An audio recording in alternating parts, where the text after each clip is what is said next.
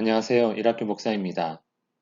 완악한 마음으로 하나님의 말씀을 거절하는 바로로 인해 하나님은 이미 예고하신 대로 애굽에 재앙을 일으키기 시작합니다. 출애굽기 7장 14절에서 25절입니다. 바로는 내 백성을 보내라는 하나님의 말씀을 거절했습니다. 하나님은 바로가 말을 듣지 않을 것을 알았으며 그로 인해 애굽에 여러 큰 심판을 내린 후 이스라엘 자손을 인도해낼 것이라 말씀하셨습니다. 그러니 이제 하나님께서 완악한 바로와 애굽에 심판하실 차례입니다. 하나님은 모세에게 나일 강가로가 하나님의 말씀을 듣지 않는 바로를 만나라 하십니다. 하나님은 나일 강을 피로 변하게 할 것입니다.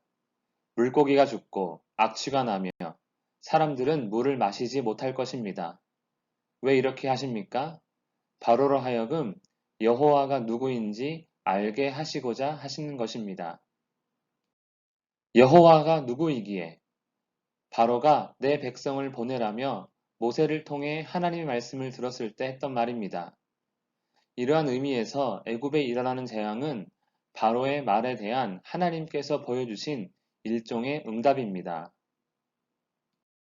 하나님은 나일강만이 아니라 애굽에 있는 모든 물, 곧 연못이나 호수 뿐만 아니라 집에 있는 그릇에 담겨 있는 물까지 피로 변하게 하실 것입니다.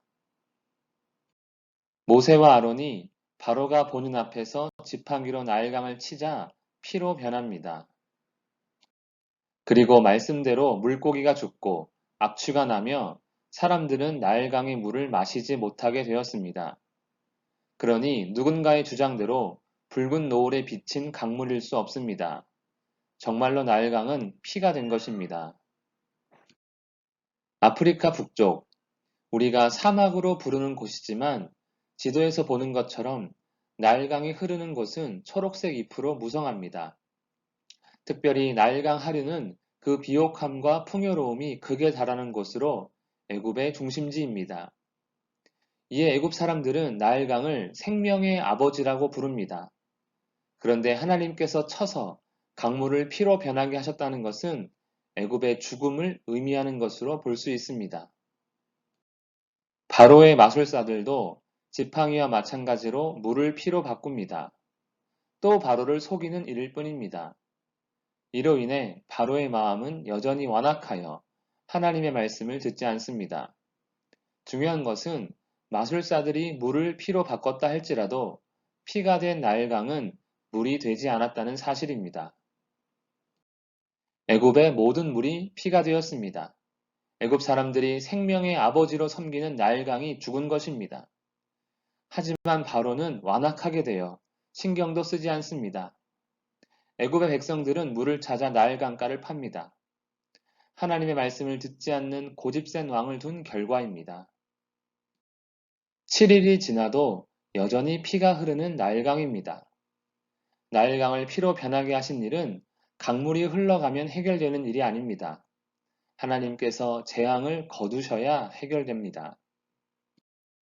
하나님에 대한 완악한 마음으로 인해 큰 재앙이 시작되었습니다. 바로와 애굽을 향해 여호와가 누구신지 보이시려는 하나님이십니다. 하나님의 말씀을 거절하는 일은 생명을 잃어버리는 일입니다. 하지만 인생은 그 사실을 알지 못합니다. 우리는 부드러운 마음으로 항상 하나님의 말씀 안에 거하기를 축복합니다. 기도하겠습니다. 살아계신 하나님 아버지, 우리의 완악한 마음이 그리스도의 보혈로 녹아 부드러운 마음 되게 하심을 감사합니다.